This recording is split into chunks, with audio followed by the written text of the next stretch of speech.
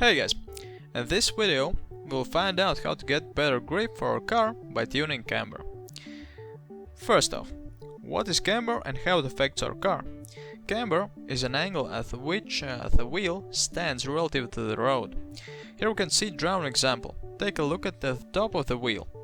If the wheel is leaning away from the car, that's positive camber. And if the wheel is leaning inside the car, that's negative camber. However, in Gran Turismo Sport we can only adjust negative camber. As we can see here, input starts from 0, which is reference to 0-degree angle that wheel is making relatively to the road, and it goes up to only 6 degrees, so we won't be able to see in-game wonders like this racer. Anyways, 6 degrees is more than enough for what's needed for GT Sport, as in most of the cases we need negative camber to be in between 1.5 and 3 degrees, and positive camber is practically non-existent in real racing, so we don't need that here. Negative camber adjustment for cars make them more stable in corners, so we can drive faster. But I'm not referring to actual speed.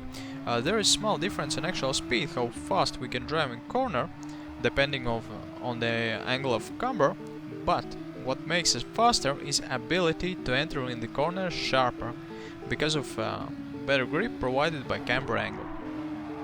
Here we can see me turning in with 0 degrees, and we can see that car loses some of the grip due to weight shifting, and this weight puts more pressure on the outside of the tire, so only outside of the tire is working.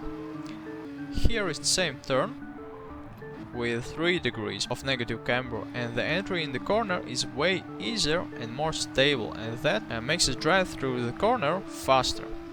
Here negative angle counters the weight shift, so the tire in the corner gets maximum grip. And here the negative camber is set to 6 degrees, the maximum.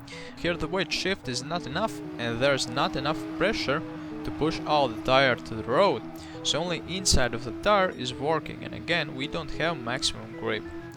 Another thing to mention is that the car will get more unstable when braking and turning as you lower the angle. Look at these examples. First with 3 degrees of negative camber, and now with 0 degrees. So what we want is the best possible entry in the turn, while we are not affecting stability when braking.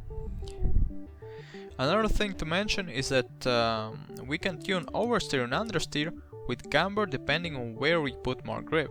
If we put bigger degree on rear, allowing it to have more grip, we will have more oversteer, and if we put a bigger degree on front, we will have more understeer. Simple as that.